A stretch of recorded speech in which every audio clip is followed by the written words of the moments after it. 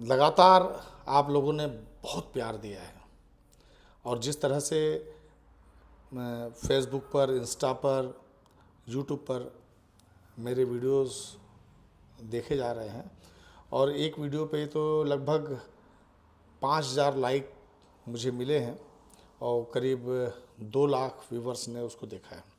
ये मेरे लिए बहुत बड़ा समय है, बहुत बड़ा दिन है। मैं एक पत्रकार के तौर पर करीब 3.5 दशक तक मैंने बस्तर में पत्रकारिता की है। 1989 से मेरी शुरुआत हुई, पर अब मुझे लगता है कि जब हिड़मा के मौत की एक कहानी बाहर आई और एक जो पूरा दौर आया, इस समय सबसे बड़ा जो विषय है वो ये है, क्या बस्तर नक्सलवाद के दौर से बाहर निकल चुका है या निकल रहा है या निकल जाएगा। तो मेरा मानना है, मैं करीब 6 महीने पहले मैंने अपने आलेख में कहा था कि बस्तर नक्सलवाद से जल्द मुक्त हो जाएगा, क्योंकि धीरे धीरे कई सारी धारणाएं खत्म हो रही थी जो नक्सलियों को लेकर के बनी हुई थी।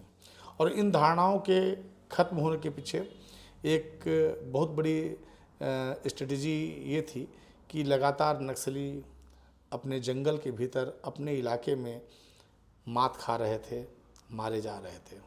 बड़ी संख्या में इनकाउंटर्स हुए, बड़ी संख्या में डेड बॉडीज़ रिकवर हुई और लंबे समय के बाद हमने बस्तर में ये देखा कि फोर्स अब मौत में नहीं मर रही है, गोलियों से नहीं मर रही है, गोलियों से घायल नहीं हो रही है, बल्कि वो जंगल के भीतर से उन नक्सलियों के 100 बरामद कर रही है जिनके साथ उनके हथियार भी हैं। केंद्रीय कमेटी का लीडर, कभी बहुत बड़ा चेहरा बसवराजू मारा जाता है और बड़े बड़े चेहरे सरेंडर की लिस्ट में शामिल हो जाते हैं। इस बीच में खबर आती है कि हिड़मा के सरेंडर की तैयारी चल रही है और हिड़मा के सरेंडर को लेकर के एक बड़ी कोशिश जंगल के भीतर सुगबुगाहट के तौर पर तय होती है। और इस कोशिशों के बाद एक घटनाक्रम आता है, तेज़ी से सारा परिदृश्य बदलता है और हिड़मा के मारे जाने की खबर बाहर आती है। हिड़मा के मारे जाने के बाद, हिड़मा की मौत के बाद कई तरह की चर्चाएं बस्तर के जंगलों में अभी भी तैर रही हैं। पहली चर्चा ये है, क्या हिड़मा को हीरो बनाना सही है? क्या हिड़मा उस इलाके का हीरो है, या हिड़मा को लेकर के जिस तरह की बातें आ रही हैं क्या वो सही हैं कि उन बातों को हम ये मान लें कि हिड़मा को लेकर के 2 तरह की धारणाएं सामने आ रही हैं। सबसे पहली बात यह है कि हिड़मा जिस भी तरह से अपने जंगल के भीतर वो जिस राजनीति को जी रहा था, वो राजनीति थी नक्सलियों की रणनीति, कूटनीति, युद्ध नीति। और उस युद्ध नीति में हिड़मा अभिमन्यु की तरह चक्रव्यूह में फंस चुका था। उसके पास निकलने की राह नहीं थी। कल मेरी सुकमा के कुछ पत्रकारों से बड़ी विस्तार से चर्चा हुई। इन चर्चाओं में कुछ ऐसे पत्रकारों से मेरी बात हुई जिनकी आमने सामने की मुलाकात हिड़मा से कभी हो चुकी थी।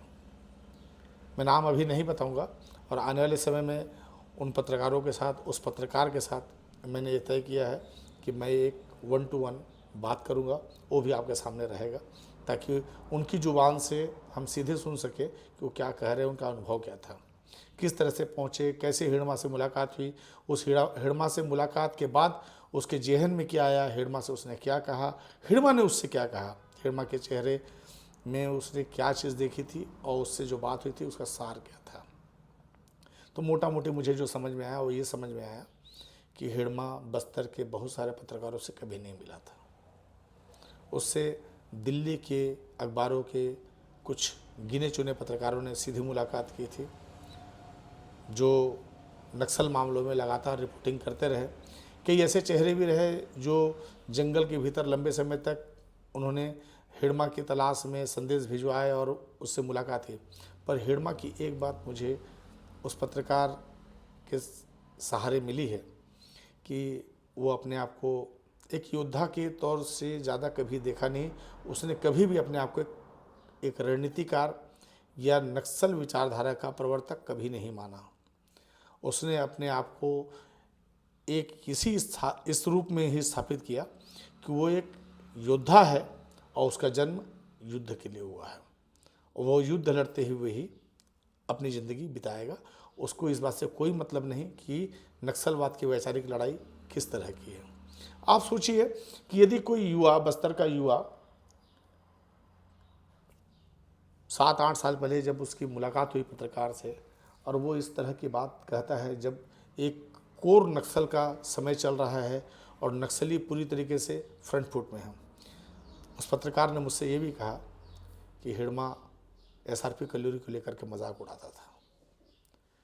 हिड़मा ने उस समय के कुछ टीआई उनको लेकर के भी मजाक उड़ाया, और उस पत्रकार ने एक बड़ी बारीक सी चीज़ कही है जो आपको बता दूं मैं, कि पुअर्ती में जब हिड़मा की अंत्येष्टि की गई तो उसने अपनी आंखों से देखा कि बहुत सारे लोग उसकी जलती चिता के सामने खड़े होकर के अपनी तस्वीरें खिंचवा रहे थे।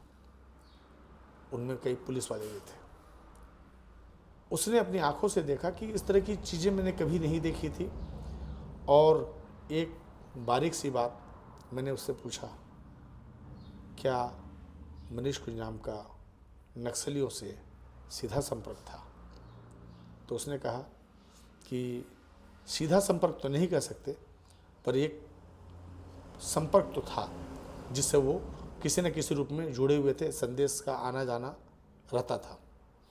एक और बात मैंने उससे पूछा कि यदि नक्सलियों के साथ मनीष कुंजाम के इतने अच्छे संबंध थे, फिर भी मनीष कुंजाम कभी कोंटा इलाके में अपने विधानसभा के चुनाव में जीत हासिल क्यों नहीं कर पाया? जवाब बढ़िया था, शानदार था। बोले नक्सलियों की दो विचारधारा है, एक विचारधारा जो पैसे के साथ खड़ी थी और एक विचारधारा जो विचारधारा के साथ खड़ी थी।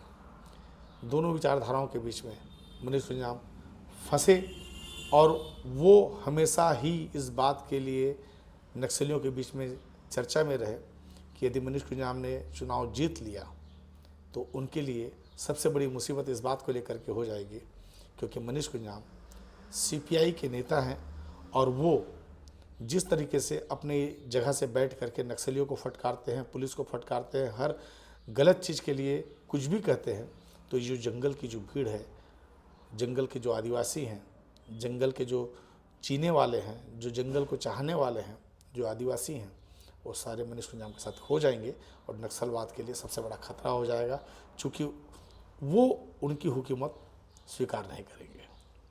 ये बहुत बड़ी बात थी जो मुझे जानने के बाद बड़ा आश्चर्य लगा। तो क्या होता है कि जब भी हम किसी इलाके में जाते हैं, कई पत्रकारों से बात करते हैं, कई इलाकों को हम घूम के देखते हैं। मैंने जंगल को सड़क से कुछ अंदर तक जा कर के देखा है। जिन लोगों ने जंगल के भीतर लंबा समय बिताया है, वो बेहतर जानते हैं कि जंगल की कहानी क्या है। हम आपसे इसी तरह से बात करते रहेंगे। आज की बात यहीं तक। नमस्कार।